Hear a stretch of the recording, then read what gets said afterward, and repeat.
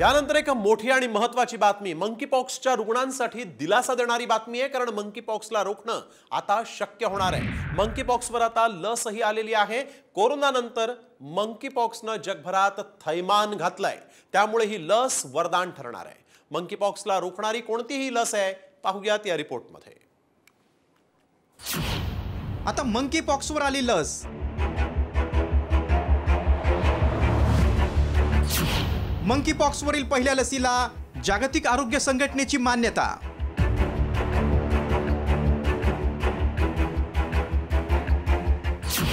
मुलं आणि गर्भवतींना मंकीपॉक्सचा धोका कायम।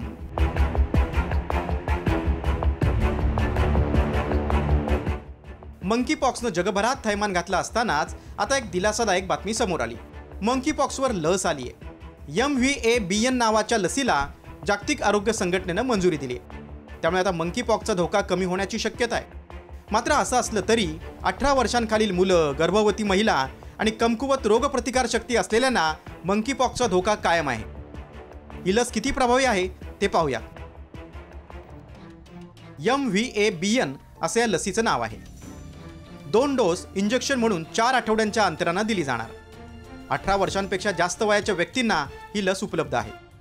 लसीचे 2 डोस 82% प्रभावी असल्याची माहिती आहे। मंकीपॉक्सनं आफ्रिकेत हाहाकार माजवलाय। आता भारतातही मंकीपॉक्सचा रुग्ण सापडलाय, त्यामुळे मंकीपॉक्सचा धोका भारतालाही आहे। यासाठीच भारत सतर्क झालाय। मात्र आफ्रिका, बांगलादेश आणि पाकिस्तानात मंकीपॉक्सनं धुमाकूळ घातल्यानं तिथे लोकांचा बळीही जातोय। त्यामुळे ही लस वरदान ठरणार आहे। मोठ्या प्रमाणात लस उपलब्ध झाल्यास मंकीपॉक्सला वेळीच रोखण्यात येईल। कांगोमध्ये 70% रुग्ण हे 15 वर्षांखालील आहेत। त्यामुळे जागतिक आरोग्य संघटनेनं लहान मुलांसाठी लवकरच लस बनवण्याचे निर्देश दिलेत। सध्या ही लस गावी व्हॅक्सिन अलायन्स आणि युनिसेफ खरेदी करू शकतात। तसंच भारतात सिरम इन्स्टिट्यूट देखील मंकीपॉक्सवर लस तयार करते। त्यामुळे भारतीयांसाठी ही बातमी दिलासादायक आहे। ब्युरो रिपोर्ट, साम टीव्ही न्यूज।